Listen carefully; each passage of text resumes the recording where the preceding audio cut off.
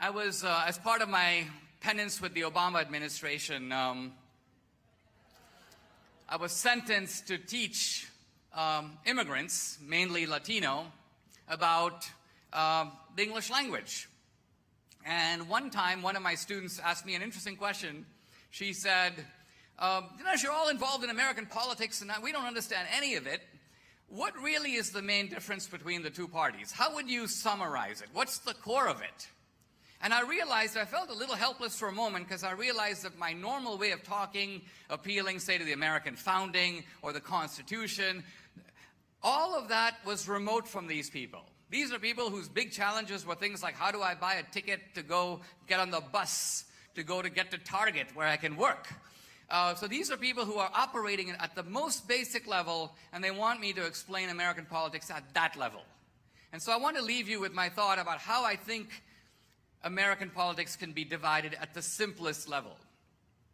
I think essentially there are two models for people who start at the bottom to move to the top or to improve their life. The first is the model of the ladder, and the second is the model of the rope.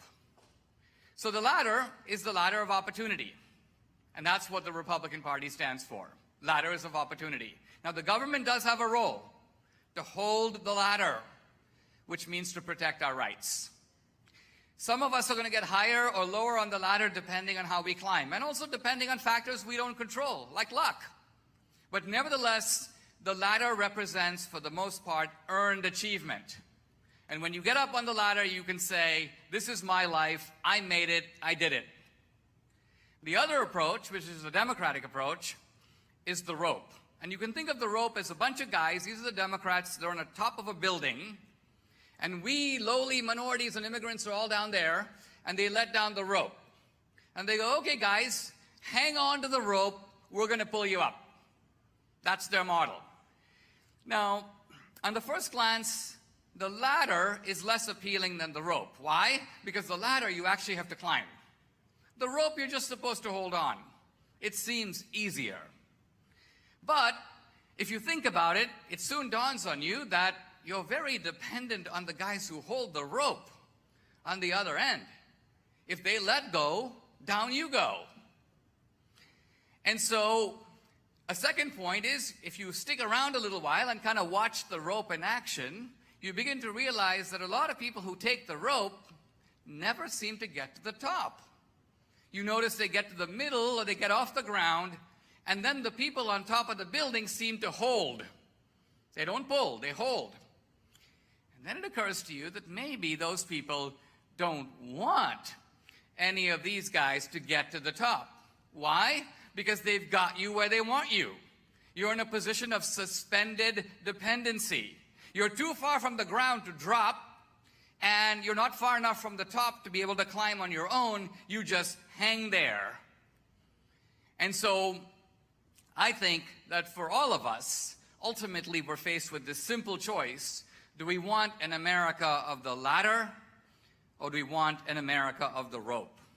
In the America of the rope, you have this guardian class that seems to get all the benefits, that needs us, because they offer us crumbs in exchange for the thing that they want most from us.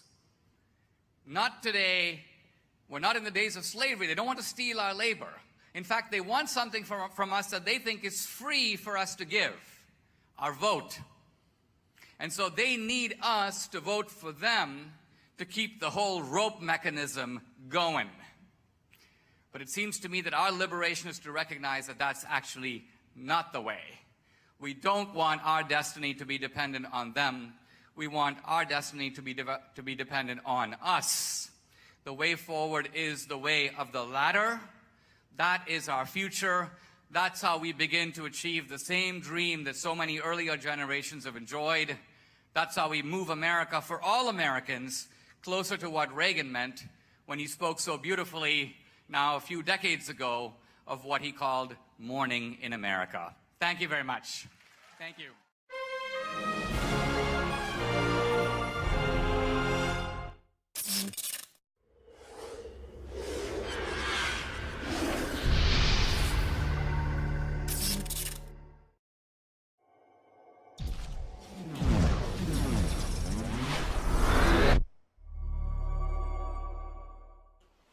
AKUA AINA, Aloha.